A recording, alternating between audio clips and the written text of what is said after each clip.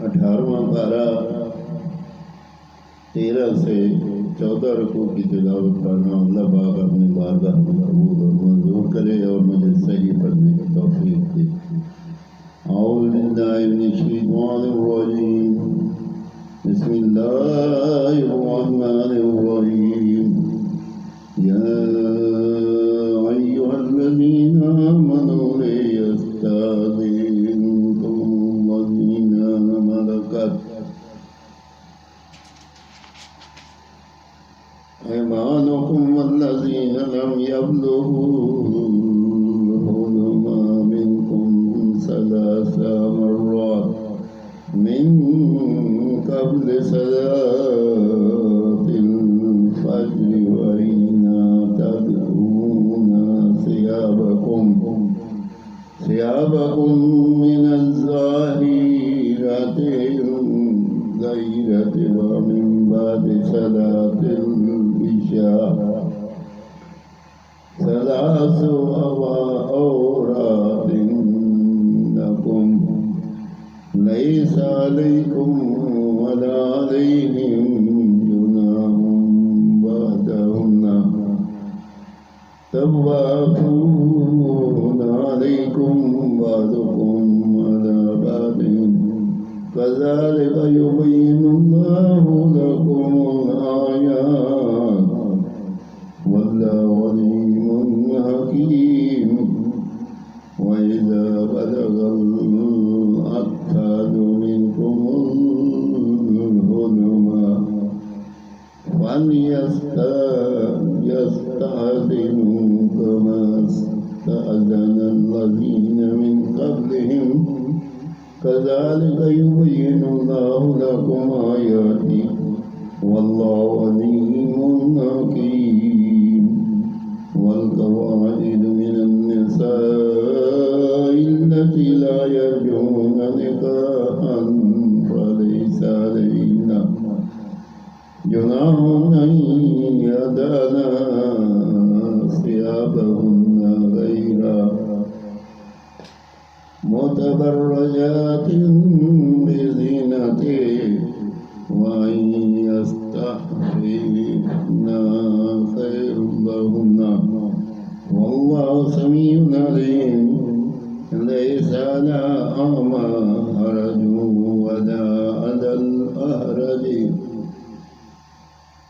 حرج ولا على المريض حرج ولا على أنفسكم أن تأكلوا من بيوتكم أو بيوت آبائكم أو بيوت أمهاتكم أو بيوت إخوانكم أو بيوت أخواتكم أو بيوت أعمامكم أو بيوت أمهاتكم أو بيوت أخوالكم أو بيوت خالاتكم أو ما ملكتم مفاتيحه أو صديقكم ليس عليكم جناح أن تأكلوا جميعا أو أشتاتا.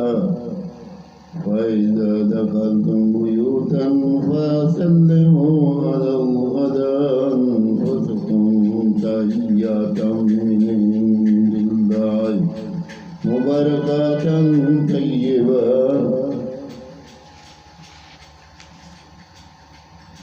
كذلك يبين الله لكم الآيات لعلكم تعقلون.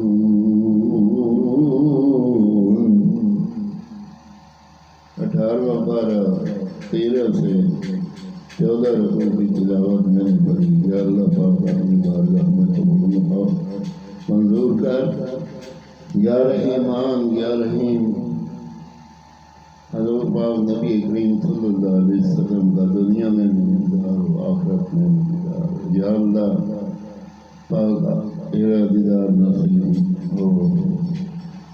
या अल्लाह तो रहम कर करम कर ہمارے دلوں کو دین سے روشن کر دے یا اللہ، ہمیں نماز قرآن کی پابندی اور صراط مستقیم پہ چلنے کی توفیق دے یا اللہ، شر شیطان لوگوں سے بچا، شر شیطان سے بچا یا اللہ، برے لوگوں سے بچا، ظالموں سے بچا یا اللہ پاک، دین کا بول بالا ہو یا اللہ، تو رحمان الرحیم رحم کر، کرم کر یا اللہ، ہمارے گھروں میں خوشیاں نصیب عطا کر یا اللہ، سب کے دلوں کو ایک کر دے یا اللہ، لڑائی جھگڑا فساد تمام عزیزوں کا رشتے دار جتنے ہیں سب کو سکون دے یا اللہ پاک، تو رحیم کریم،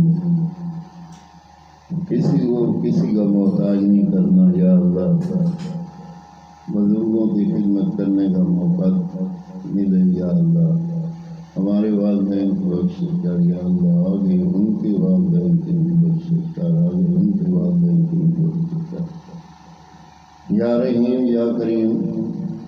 یہ جو کوئی پڑھا ہے میں نے اپنی بارگاہ میں قبول اور منظور کر یا اللہ، حضور پاک نبی صلی اللہ علیہ وسلم کی سنت کے مطابق عمل کرنے کی توفیق دے۔